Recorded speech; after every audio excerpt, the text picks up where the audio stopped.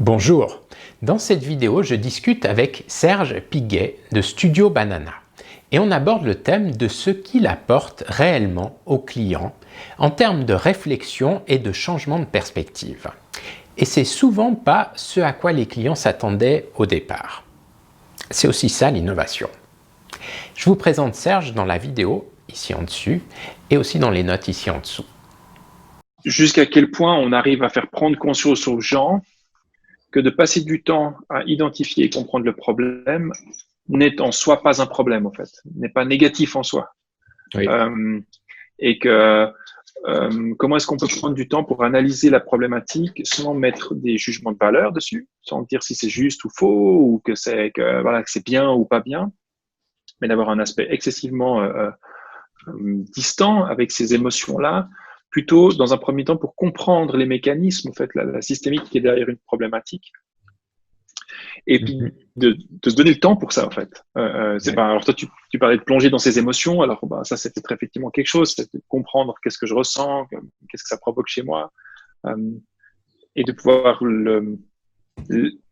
l'exprimer de la manière la plus juste possible ou la plus alignée possible avec comment est-ce qu'on se sent, pour que la personne qui l'entende et le reçoive puisse comprendre, analyser, décortiquer finalement ce qui vient entre ses mains, pour que les solutions qui soient appliquées derrière ou les réflexions qui en sortent puissent être réellement quelque chose d'intéressant à nourrir et à développer.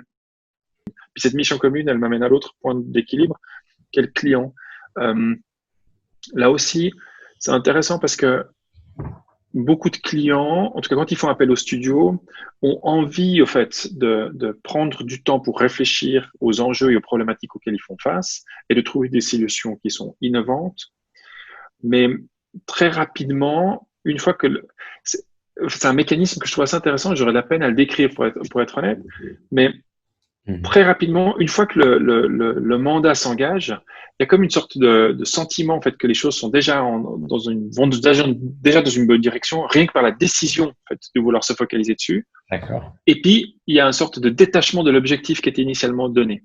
C'est comme la chose que je pourrais m'imaginer comme étant une bonne métaphore, c'est de dire c'est comme si un individu décide d'aller voir un thérapeute parce qu'il a envie de travailler sur lui, sur quelque chose, et au premier rendez-vous, il réalise qu'il a déjà achevé quelque chose de génial, c'est de prendre l'initiative, de prendre soin de lui. Oui, ça c'est déjà un énorme pas, ouais, c'est clair. C'est un énorme pas, ouais. Mais du coup, il aurait une tendance, et on pourrait s'imaginer qu'il aurait une tendance à tout d'un coup se dire, bon, j'ai déjà fait une première étape, je peux déjà un peu me reposer finalement. Et c'est un peu ce même mécanisme des fois qu'on ressent, des fois avec certaines entreprises, et c'est vécu de plus ou moins de manière volontaire, où on aimerait réfléchir sur cette problématique. D'accord, on va prendre du temps pour vous faire une offre, on va discuter ensemble pour comprendre vos besoins. Puis tout d'un coup, quand on leur déploie finalement le travail que ça va nécessiter de prendre ce temps, beaucoup d'entreprises disent « Oh, mais peut-être finalement, on n'a pas besoin d'autant de temps, en fait. » Finalement, est-ce que réellement, on a besoin de mettre en place tout ce processus de design thinking, etc. Et je pense que c'est une des raisons pour laquelle les gens voient le design thinking comme une solution innovante qui va permettre de trouver des nouvelles solutions et de réfléchir différemment, mais en même temps font des raccourcis la majeure partie du temps, réduisent vraiment au maximum finalement ce qui est à faire, parce qu'en fait finalement on n'a pas envie de traverser tout ce processus qui sera nécessaire. Très clairement, moi il y a une formulation que j'aime bien amener et que je défends, je trouve avec lequel je me sens bien. C'est de dire au client, je t'amène pas que des solutions. Je veux pas. Ma priorité pour moi, elle n'est pas de t'amener des solutions. Oui. Ma priorité à moi, en fait, ma solution, c'est pas ta solution. Ma solution à moi, c'est la manière de réfléchir pour trouver la tienne. Donc, déjà, c'est un premier élément. Ça, des fois, les gens, je pense que ce qu'ils comprennent pas, c'est qu'en fait, je viens pas avec une solution miracle, clé en main, avec la solution toute faite pour eux, en fait. Quand on dit chez Studio Banana qu'on crée des solutions sur mesure, c'est que c'est pas le résultat, on le connaît jamais, en fait. Donc, notre solution à la problématique du client, c'est la manière de réfléchir pour arriver à sa propre solution. Donc, ça, quand on peut formuler ça et que le client dit, ou le potentiel client dit, j'achète, on a en face de nous un partenaire qui est magique, parce qu'en fait, c'est c'est ce qui arrive rarement. Très souvent, ce que les gens disent, ils me disent, ouais, mais c'est bien gentil, mais moi, ta solution, elle ne m'intéresse pas. La seule chose qui m'intéresse, c'est résoudre mon problème. Et donc, en fait, dans ce genre de meeting, on se met au travail avant même d'avoir signé des fois un contrat, parce qu'en gros, ce qui se passe, c'est qu'on va mettre en place notre méthodologie et notre manière de penser pour montrer aux clients que durant un meeting de 45 minutes, 1 heure, 2 heures, Oui. on peut déjà commencer à faire processer l'information d'une telle manière à ce qu'elle puisse créer de la valeur elle-même. En fait, on génère de la valeur tout de suite. Ouais. Donc, cet esprit créatif, reconnaissance de l'échec, des choses qui fonctionnent pas, non, il y a certaines boîtes pour qui, en fait, ça leur dit rien, en fait. Ils disent, non, mais moi, je veux une solution, puis trouve-moi la solution, puis merci beaucoup, en fait. Et là, du coup, tu disais, tu fais une sorte de teaser en 45 minutes pour leur montrer ce que ça pourrait être, enfin, pour les amener déjà un petit peu dans ce processus-là, et puis voir si après ça, ils adhèrent ou s'ils rejettent complètement. Alors en fait, souvent ce qui se passe, c'est que je dis aux clients, je leur dis, j'ai deux possibilités. La première, c'est de vous dire ce que je fais, et la deuxième, c'est de faire ce que je fais. La première, je vais vous faire une petite présentation PowerPoint ou Keynote ou Google Slide, qu'importe, et puis je vous explique comment on travaille, et blablabla, et blablabla. Puis vous finirez après 45 minutes, 1 heure de meeting, et puis bon, vous aurez posé vos questions, mais vous aurez, voilà.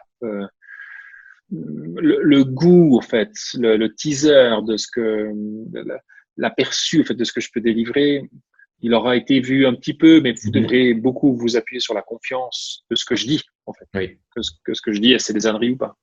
La deuxième possibilité, c'est de faire ce que je fais. Et pas de dire, en fait. Donc, c'est-à-dire que quand un client vient, alors ça, c'est toujours très particulier, puis ça, c'est pas toujours évident, hein, pour avoir un client d'organiser un rendez-vous avec le client pour la première fois et de pouvoir, par téléphone ou par mail, déjà lui expliquer cette différence-là. Quand on arrive à le faire, c'est magique. C'est des moments où je ne sais pas souvent. Mais en gros, le client est souvent déboussolé parce qu'en fait, dans la deuxième option, en fait, ce qui se passe, c'est que je commence tout de suite avec ma série de questions.